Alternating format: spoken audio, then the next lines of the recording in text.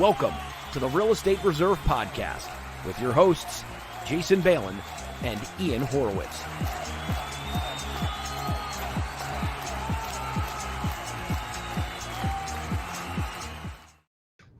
What's up, Ian? What's up, man? How you been? Not too bad. Not too bad. Today is, what's today? Wednesday already? Yeah. Today is Wednesday, May 13th. If you're just joining us for the first time, welcome. We're gonna have a lot of fun today. If you've tuned in before, you know that we like to timestamp everything because we talk pretty regular with local experts to see what they're currently doing in the real estate investing market. But we also kind of try to bring you as much up-to-date news as we see it. And stuff that we talked about yesterday might not be relevant tomorrow. So we've been time-stamping everything to make sure we're all on the same page. I do have a big favor however you're watching this, if you're watching this live, please feel free to share the feed. That would be much appreciated. Share the broadcast. I'll put that up on the screen here right now. Dude, Facebook's going to slap us now. You used the word share. The AI is probably listening, and now we're going to go to the bottom and not get any views. We'll be all right. We'll be all right. Welcome to the real estate. What? Well, we're not popular enough. No, AI is not watching us. We're fine. Well, so welcome to the Real Estate Reserve Podcast. Today on the agenda, we have Jesse Spund. Very excited to ask him some questions. He's a flipper, mostly in the Baltimore area. And the cool thing, which I'm glad we're able to get him on the show today, is he's currently buying properties. He's currently selling properties. He's currently in the midst of construction for properties. So curious to ask him a bunch of good questions related to how he's finding his properties right now, techniques he's doing to sell for top dollar. And obviously, always curious to know how people are doing with their renovations right now and how that process is coming along. What else you got, Ian? No, I'm excited to bring Jesse on. He's still actively doing stuff. He's hands-on like me, which I think ultimately puts out a better product. For those of you that didn't get a chance to watch us yesterday, before Jesse jumps on, we did an Instagram live regarding some stuff that's going on in Baltimore City, proposed things that could affect landlords. If you didn't see that yesterday, there's some proposed a Renters Act, or I'm not really sure what it's called, but legislation that was approved by City Council. It's waiting for the mayor to sign off on. If you saw me yesterday, I was sad. Today I woke up, I'm in a better mood. I'm ready to rock and roll. I got my whatever heck crystal this is. I rubbed it. I said, it's good for me. It's good for my business. Now I'm in a better mood now, but we can talk about that after we bring Jesse on. All right, let's bring Jesse in real quick. What's up, Jesse? How are you? What's going on, guys? Thank you for having me. What's up, man? Jesse, you want to give a quick background? We've known you for a while now. You got the old school HMV shirt on, but if you want to introduce yourself to everybody so they know who you are and what you do. Yeah, first let me just start out by saying I'm a little disappointed that I got beat out by Zach Bryant. Yeah.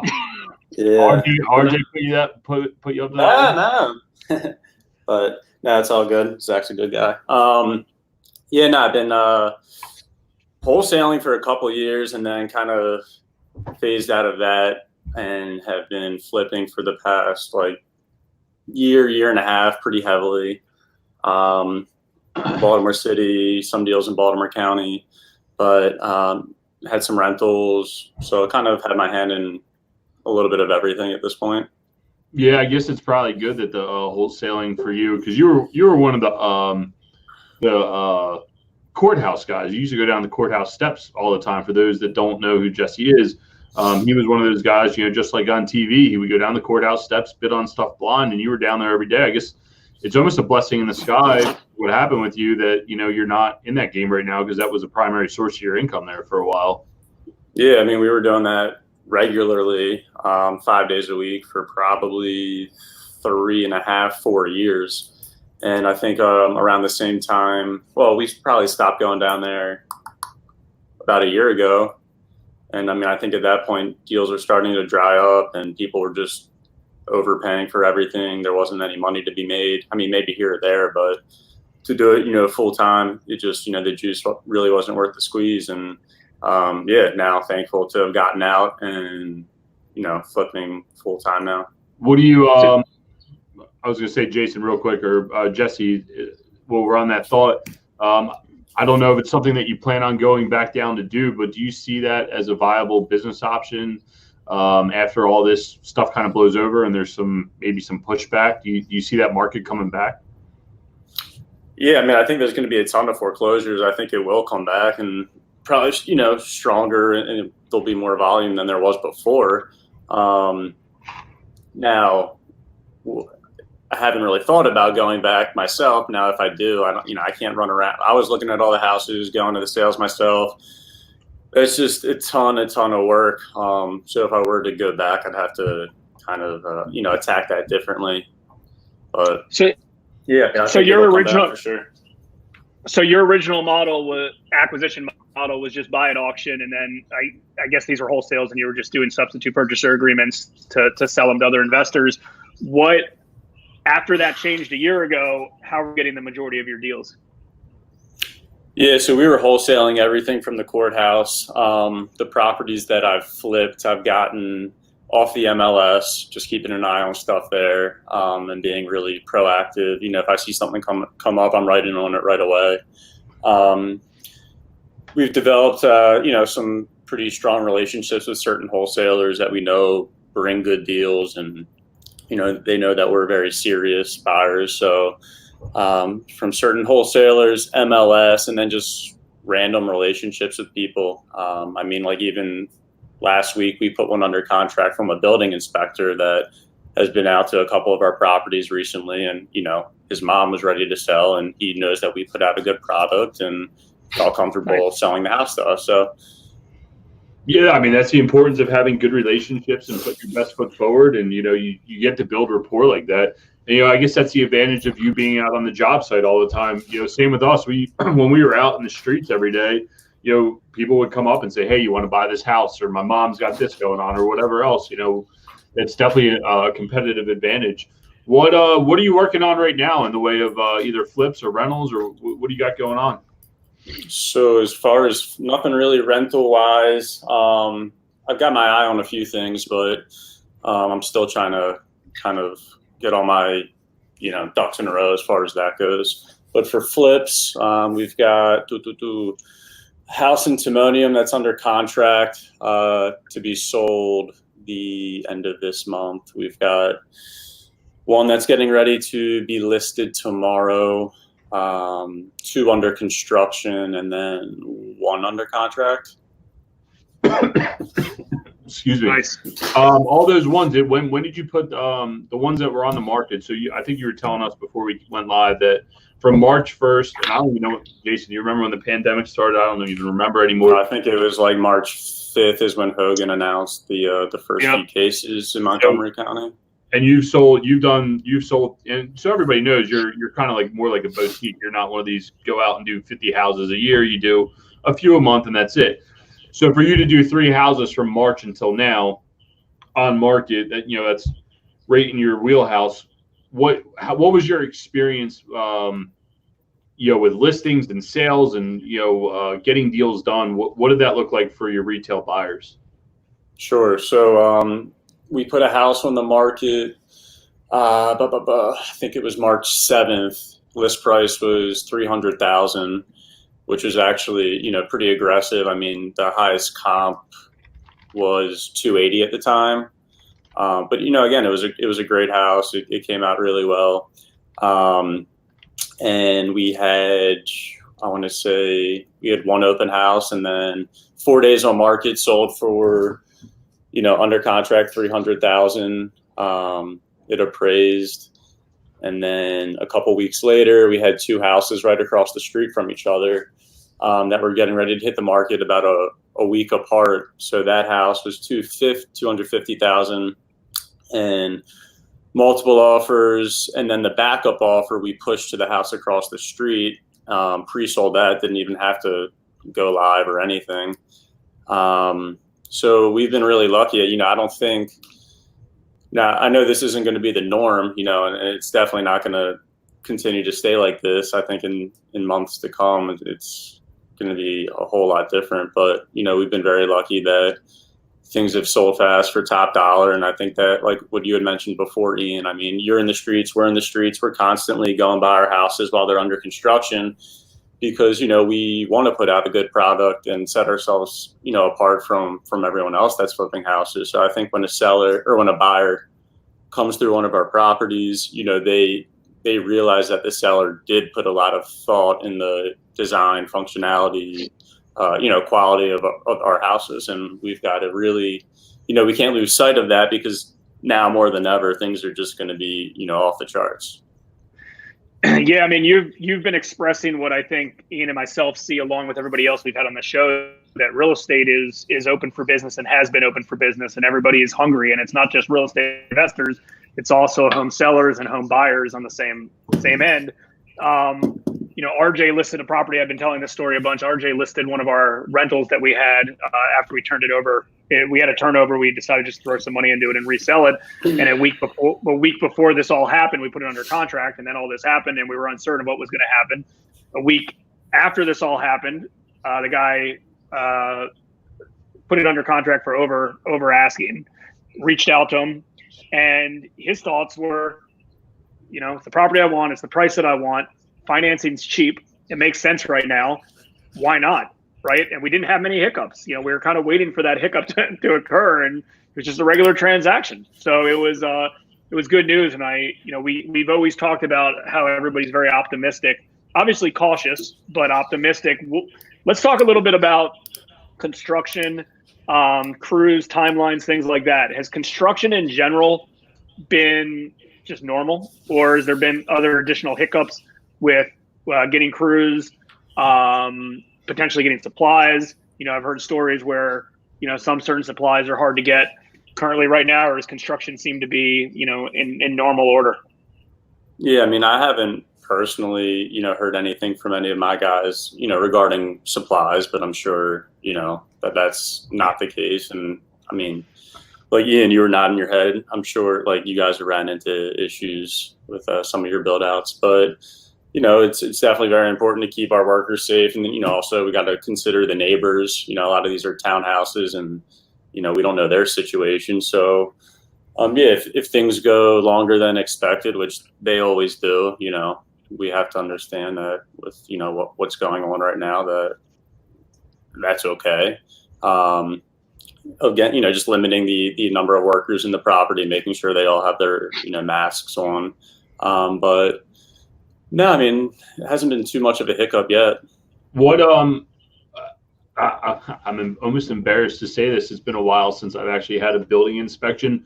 How's the city and the county been handling building inspections with them coming out with inspectors to inspect the work that you have going on? Has there been any change in that? Are they doing videos, or what are they doing? Yeah, so from our experience, the couple that I've met out there, they just make sure, no one's in the house. All the workers, step outside. Myself as the owner, outside, and they go in and do their thing by themselves. Nice. I see you got some love mail here. Old Ross. Jesse, where's my shout out on helping you get that last house ready for market? Yeah, it took a couple days longer than expected, but Ross definitely came through. He was clutch on that. Nice. What should we call it?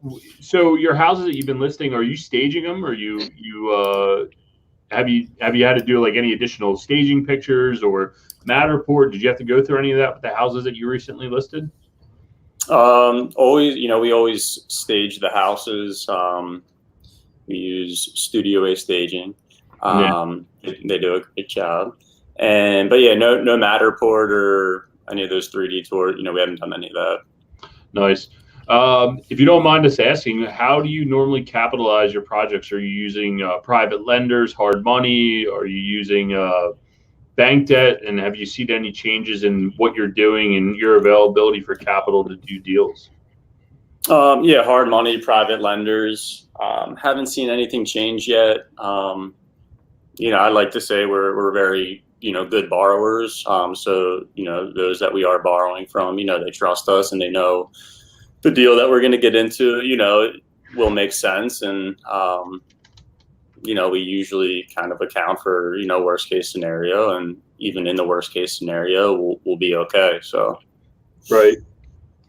Yeah, no, I agree. Very similar stuff to to a lot of our clients. I think everybody right now, it's funny because when a lot of these institutional backed lenders paused, I think a lot of the local investors were like, oh, well, there's no capital. I can't get funding anymore. I've seen it on message boards and stuff like that. But in general, those institutional backed lenders were new to the game to begin with. There's still a whole array of private capital, hard money, along with local banks that have always lent and will continue to always lend. Yes, things might change up a little bit. And yes, it might be a little bit harder to start off now if you don't have a relationship with somebody or a track record with somebody, but that's out there and that's not going anywhere. I mean, real estate in general, all three of us all invest locally, and there's a reason for that. We invest locally. We use local resources. All of our assets are local. I mean, there's a big part of that. And I think in general, where, if you kind of do that and you have those local resources, there's always opportunities. There's, you're finding deals from people locally. You're getting capital from people locally. Like it goes a long way. Yeah, and I think if people always ask, well, how do you find your banks? Honestly, I've been beating the phone recently, just calling and asking my banking contacts what's up. There's capital out there. I promise you. I had a great conversation this morning with a local bank who has some very, very nice rates if you're willing to take a potentially a little bit lower LTV and, not a crazy long term. I mean, there's some really good rates that, make you think, should you refinance or should you establish a line of credit? So definitely pick up the phone. Jesse, what do you think is going to happen here in the future, or what's your future plans coming up? Are you going to continue at the same, rate that you do the houses, or are you going to slow down, or what's your expectation? Yeah, I mean, well, it's never really been, quantity for us, like, oh, we got to do 30 houses a year, whatever. It's, it's just got to be a good deal. I'd rather do one house a year than 30 and make the same, so we'll stress the underwriting a little bit more. I don't know what the future holds, but I'm just, kind of stay in my own lane and just focus on a few things. Like I know for certain that we're going to stay in areas that we're comfortable with and properties that we're comfortable with. I mean, 2 months ago, I was looking at houses in, say, Anne Arundel County, Carroll County, Harford County, that I haven't done many deals in, but now it's just I'm going to focus strictly on, Baltimore City, predominantly row houses. If it's a, detached, I don't want to do a full gut, reno, more cosmetic flips. Ranchers are fine, stuff that we're just used to, and we can anticipate like the nuances that are to be expected and kind of adapt, before they happen. Trying to think what else. As far as the future goes, I mean, like a lot of the deals that we've been getting have just been off the MLS or through wholesalers and just random relationships. But I think now, we'll do some direct to seller marketing, just to try and get these houses at just a little bit deeper of a discount.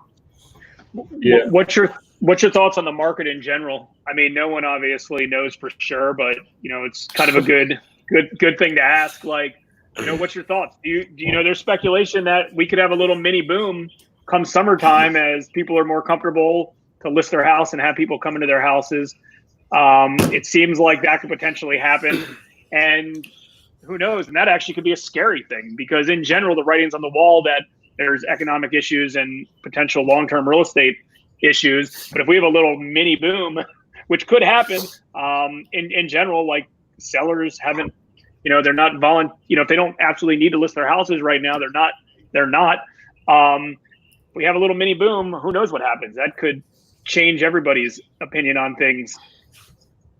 Yeah, I mean, I have no idea what the future holds. Don't really, I'm not going to comment on that.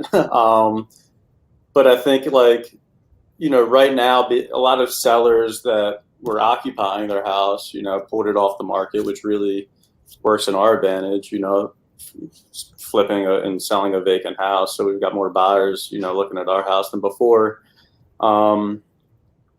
Yeah, I really have no idea. I mean, what interest rates, I think as of today are like around 3.5 or like 3.6.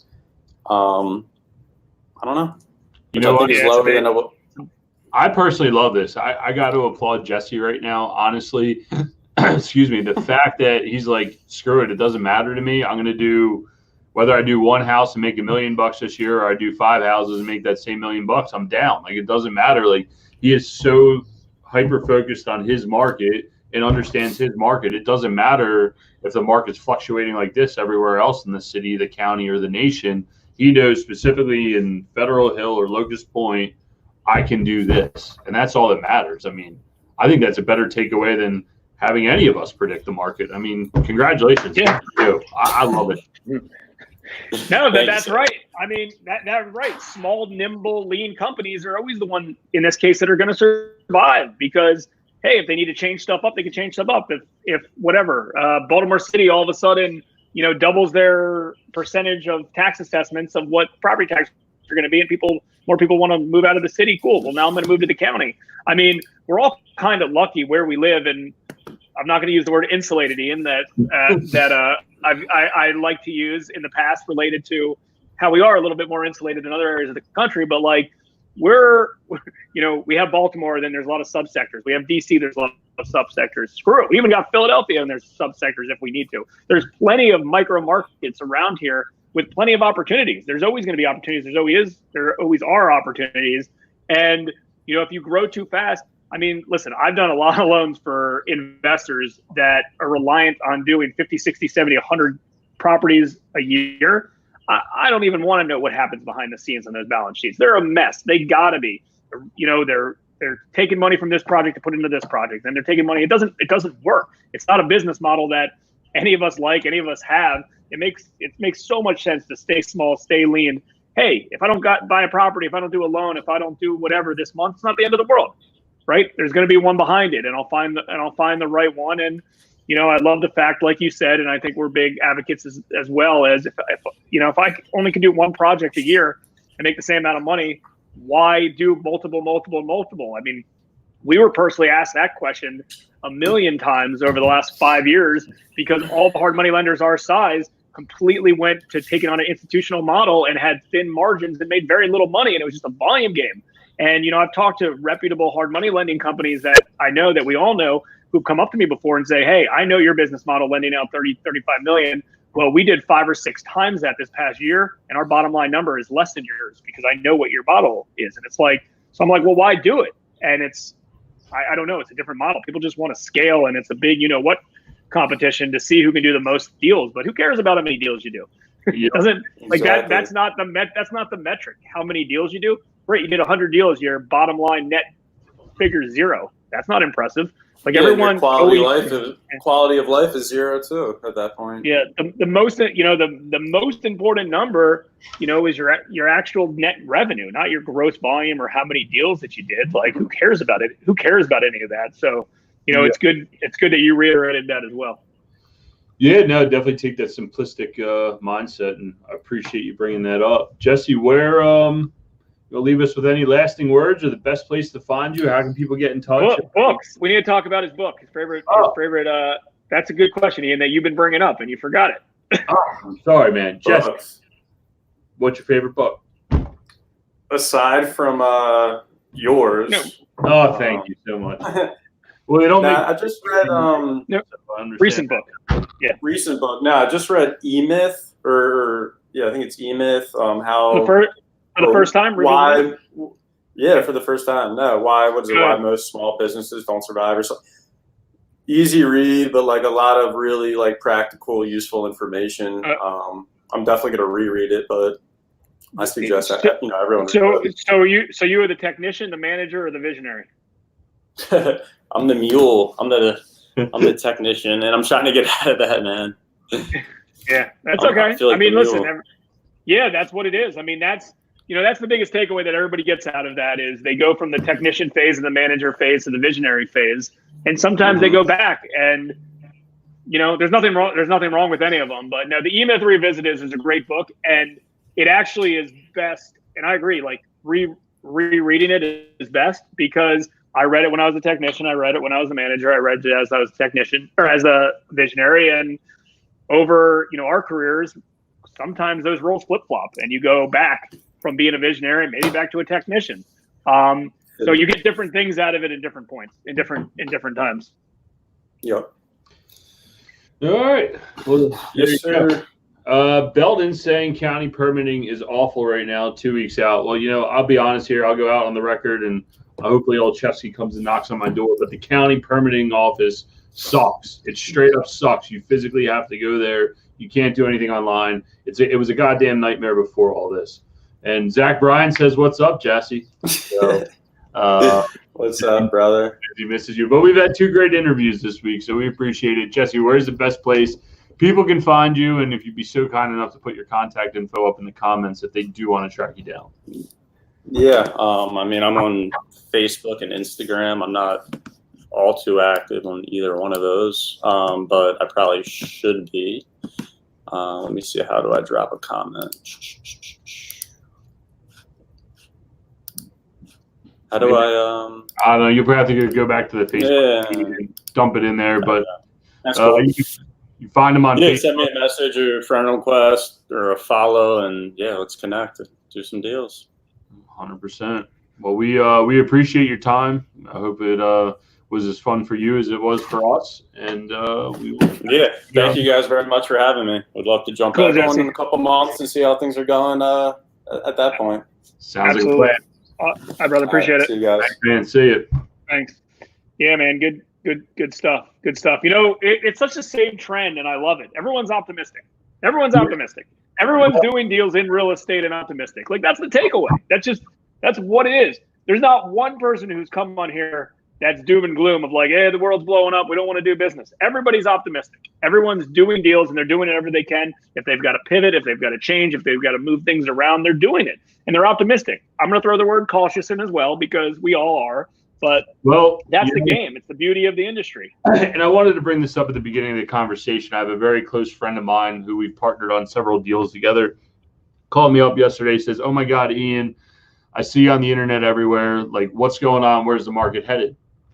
So I don't know. I said, I just get on there and I talk. I don't really know. He goes, "But yeah, it seems like you have a good stronghold." And I was like, well, sure. We're talking to multiple different people, and we understand. We get to see what everybody sees, and seeing each underlying business, from Zach to Jesse to RJ. The day that we did the huge blowout, everybody was on at once, just like where everybody is and what they're seeing and where they're going has helped paint a better picture. He says, but yeah, unemployment, the stock market's out of control. Comparatively speaking to unemployment, nothing makes sense. There's dumb money in the stock market. That's my personal opinion. Anybody can go buy a stock. Not anybody can go buy a house. Not anybody can go sell a house. And, he does some private lending and other things. And he said he's made some changes to his business and protecting himself. And that's all you can do. So out of all of that, what was I trying to say is that everybody's optimistic. People are still doing deals. People are making, changes. And he said, so I was asking him and we were talking. He said, why I called you? He's like, I'm just trying to collect information, because that's all I can do right now to really understand. And that's exactly what we're doing here, is just collecting information and presenting it to everybody. And the more information you have, the more informed you are, the better decisions you can make to advance your business or protect your business or whatever you need to do where you're at in your business. That's what it's about. Fair. I see your comments. I'm not 100% sure what this means. Does that mean I've been talking to a wholesaler as a property listed for, is that 50,000? 50,000 want to sell. If you elaborate a little bit of what you're looking for, happy to answer any questions that you have on this podcast live. No problem with that. Sorry, go ahead. Go ahead. No, dude, it's all coming out of me all at once. So keep it coming. I'm ready for another one.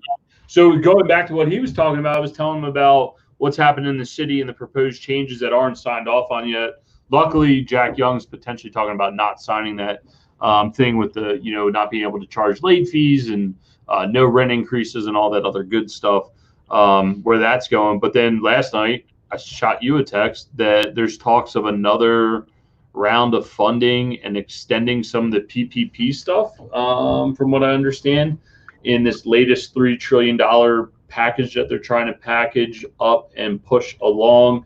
I don't want to get political, depending what you believe in. That's not what we're here for.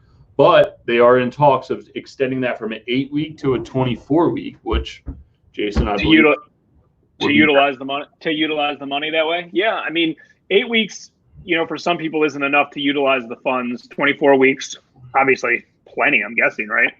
Right, you would assume. But then the other question is there going to be another round of funding or additional funding? Because a lot of us took money based on 8 weeks. But if this extends, do we need 24-week money? Is there going to be another round of funding? I just think I saw in California, some counties have already extended another 3 months into August. However, in South Carolina, everything's open and running for business. We're stuck here in Maryland we don't know what's going on, but we're here. So I don't know what's right. I don't know what's wrong with the fact that they're talking about it. And there's a potential for another round of funding. I think is beneficial for everybody. So, shit. Yeah. What else I was going to tell you? I did notice a lot of the mortgage trusts that are publicly traded recently took a beating in their stock prices. I'm guessing that there's some missed payments coming up. I'm not sure why there was a major. I think they've dropped like 15% in the past 2 days. Yeah, but that's probably stuff that affected them weeks ago, though. Right. I doubt that would. I mean, that could be from May. That could even be from April 1st. Who knows? Right. So that's typically how long it takes for some of these things to have. Yeah. So I'd be interested to see where that continued fallout goes. But like I was saying earlier, I literally hung up the phone earlier today and was talking about refinancing the better part of our portfolio, and very, very attractive rates at a great leverage piece over a nice long period of time. So I was super excited about that. So in the end, business is getting done. So do it. Well, real estate business is getting done. Investment residential real estate business is getting done. I mean, we can get Jim Shivers back up here, commercial stuff, but I am curious between, a lot of people that we overlap with day to day are, commercial brokers, brokers that lease properties, not just sell properties. And I'm curious to know about leasing commercial buildings right now, retail buildings, things like that, warehouse stuff. Like, I'm curious to see kind of where that goes.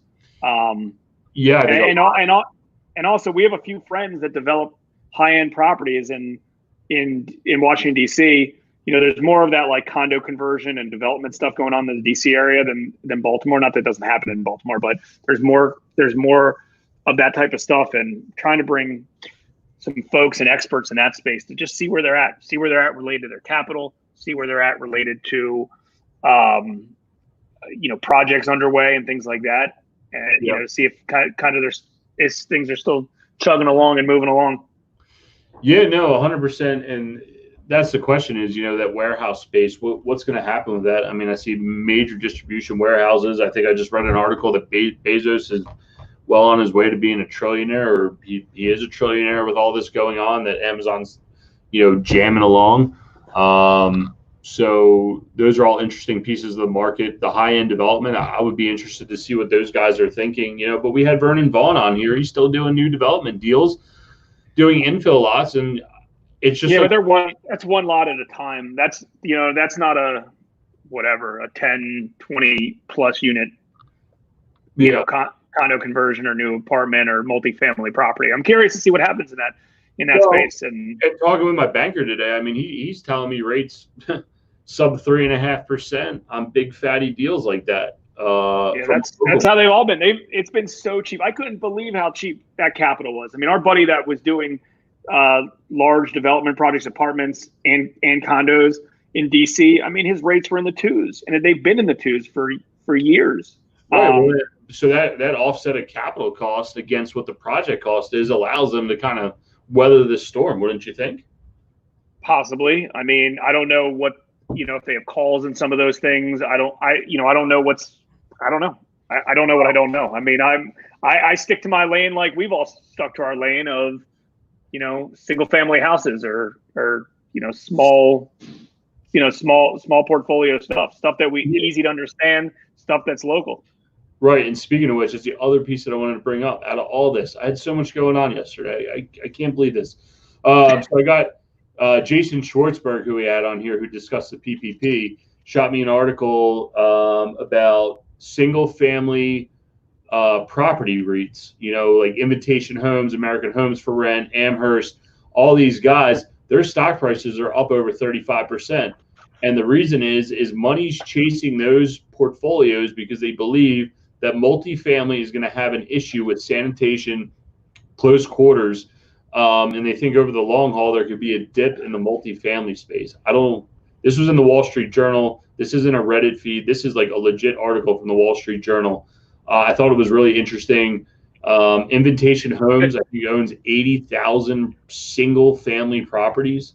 So just imagine that. Then why? But the weird part about that is, then why did these institutional-backed lenders take away their long-term rental product? That product, I always thought there was a need. An institutional-backed out-of-state lender doing fix and flip loans, I think, is outrageous. I don't think it's smart. There's a construction component to it. I think that's extremely challenging to, number one, underwrite on an after repair value. Underwriting an after repair value, if you don't know the area, is extremely hard. Or any value. I mean, number one, nobody here is getting appraisals. We don't need appraisals. We know what the values are better than the appraisals. No offense, appraiser, but we do. We're the only one with the economic interest in the property. So it's our job, and our high level job is to know how much that property is going to sell for. So and what that's worth. So that's our, superpower that we spend time on, all of us. So that works. I don't know how these out of state companies would always get, rely on an appraiser to give them the value, plus manage construction, plus service these particular loans when there's a construction component to it. They're tough. I mean, just go to a local bank. A local bank will tell you that they're hard to begin with and on a level. I can do that as a small lender because I can manage it because I've got manpower and experience locally and resources to do it. But that being said, so I've always believed that the institutional backed lenders should have never been in the fix and flip space. I've always believed, though, that they should be in the long-term rental space, because let's say a going rental rate right now is 5.5%. Is that like a normal rate for rental property right now? Maybe a little bit lower, but yes. Okay, 5%, whatever. Even if it's higher, 6, 7, 8%, there's still a need. And let's be honest, it's a heck of a lot easier to underwrite an income-producing property with a long-term tenant in there, with debt service coverage and everything else for a solid, savvy real estate investor. That's a good product. I was super surprised that they stopped that product. I really am. I believe that's a good, needed product, and they make money in them. They're not making money on fix and flip loans. They're just not. Banks don't want to. Institutional backed lenders want their money deployed. They don't want their money to be short term. So there's two sides of that, right? And this is my belief. This is nothing other than just a hypothetical situation. Is that if you understand part of that market, that these guys are super levered up, right? So if the big national lender goes and securitizes this, and then the people that securitize it are levered, right?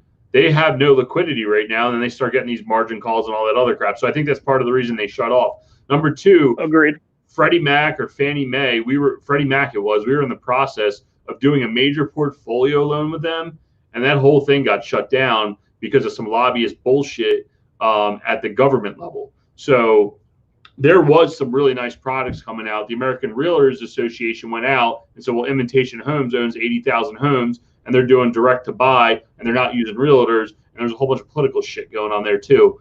I do agree with you that securitization or that piece of it and making that loan nationally is way easier than doing a fix and flip nationally, 100%. But I think as money dried up in the market, that's why they all disappeared for now. Yeah, but I think if they come back, that's the space that you should be in. And there's more deals than that. There's more money to be made, and there's more capacity to be made. Institutional backed lenders don't want to get themselves into an asset class that they can't deploy enough capital from. It's just like that's part of the criteria. It's not just one part of will these perform, will I make money? It's can I deploy money? They're not going to set up a business model to deploy less than $1 billion, right? What's the point? Exactly. Well, and the other thing you got to understand about those companies is that when I talk about being levered upon levered, they're also getting money from Japan and China and wherever else, and they're getting money at 2% and stacking it. And that's part of the issues. But I do know that's how some of these companies have grown exponentially is because they're getting cheap money from Japanese banks or wherever else, and they're stacking it and it becomes a return game. So just real quick, I want to read an excerpt from this article. Invitation Homes is up almost 57%.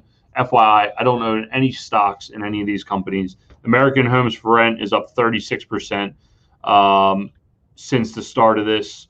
There was something else I wanted. Today, the largest companies together own about 300,000 homes, with American Homes for Rent being at 53,000. Invitation owns 80,000.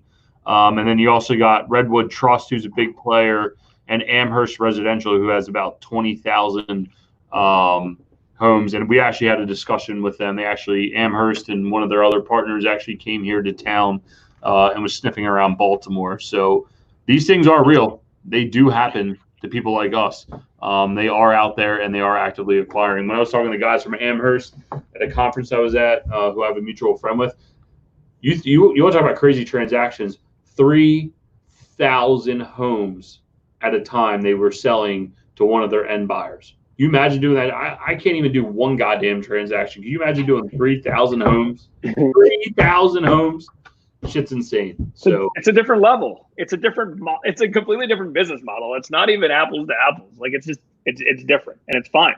I mean, I don't know how these big institutional backed lenders who are paused right now of the world, I don't know how the heck they're closing hundreds and hundreds of fix and flips a month. I don't. It doesn't make sense. And they don't even know the value of the property. They don't even know what,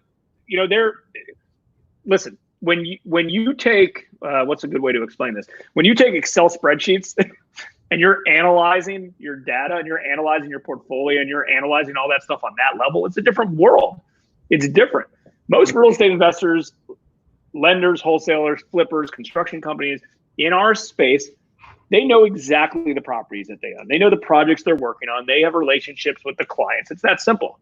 I mean, we have over 200 loans on our books. I still know all of the loans, right? There was still a human element that everybody in my company were involved in order to make it a sensible decision if we should invest in that project as well. For the most part, all the streets that that you have properties on and tenants, like that's what it is. That's the model we live in. So it's hard to think on such a high level.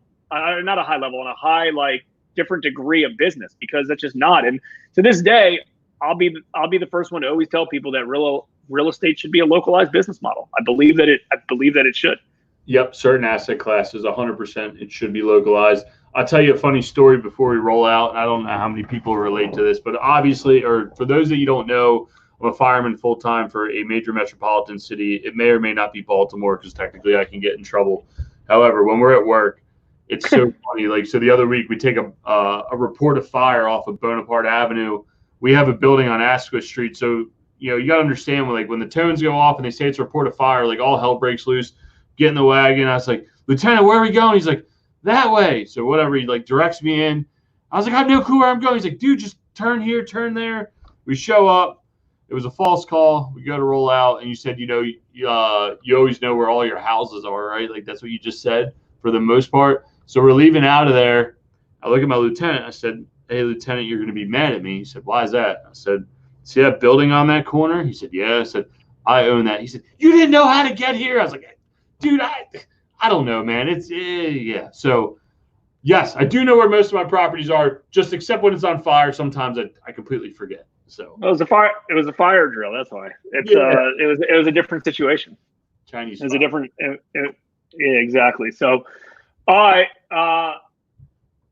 I'm gone the rest of the week. What's today? Wednesday? Today's Wednesday. You're out Thursday and Friday. All right. Well, next week we got Aaron Foster involved. We're doing a case study. I might do a case study with Aaron on Friday without you, but Friday's also going to be 85 degrees, so I might not do it. We'll see. So if not this week, Aaron Foster case study is a good one.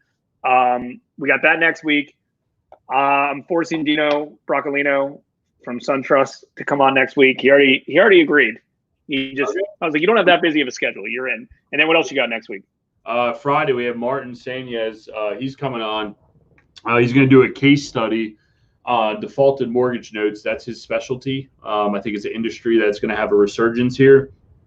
So it'd be fun to talk with him. He's going to do a case study, and he's also going to let us know about his special interview that he has coming up with a major player, one of the big guys. So it'll be fun to hear how he scheduled that whole thing and got that done, and about his interview. So Pete texted me, already got that in the works. Pete, you're working in a warehouse, moving medical supplies. You're not going golfing, dude. There's no way. There is no effing way. I promise. Pete, you missed the invite, bud. Sorry. Yeah, I'm not going golfing either, Pete. I'm not going to be there. I wasn't invited either. So, but anyway. Well, Pete, if I talk to you more than just on this Facebook chat once a day, He's stuck in I'm telling you, he is stuck in a warehouse moving medical supplies. I promise you that. Pete, if you can come on live right now and show us exactly where you are, I will send you the link. He is in a warehouse moving medical supplies. Pete, are you there? Pete, I'll send it. Pete, I'm cool with that. Pete, I'll invite you to a special place tomorrow at 9:24. So, all right. Anyway, bye everyone. Appreciate it. We will. So let's do Aaron Monday though, since we're missing Thursday and Friday. 100%. We'll do Aaron Monday. You're off next week, right? I'm around every day. Like fire station. I'm here every day, so I'm good. Yep. No, Monday let's do Aaron. Wednesday we're doing Dino, and Friday we're doing Martin. So pumped up next week. Tuesday, Thursday we'll be live on Instagram. If you can't find us on here, it's usually because we're on Instagram. You find me at Equity Warehouse, Equity_Warehouse, or Ian at EquityWarehouse.com. Jason more notice. BS. Jason at hardmoneybankers.com if you need anything. Roll me out. Thanks for tuning in to the Real Estate Reserve Podcast. Do us a favor and like, comment, and share our broadcast. It helps the algorithm and helps us spread the word too. Till next time, thank you for tuning in.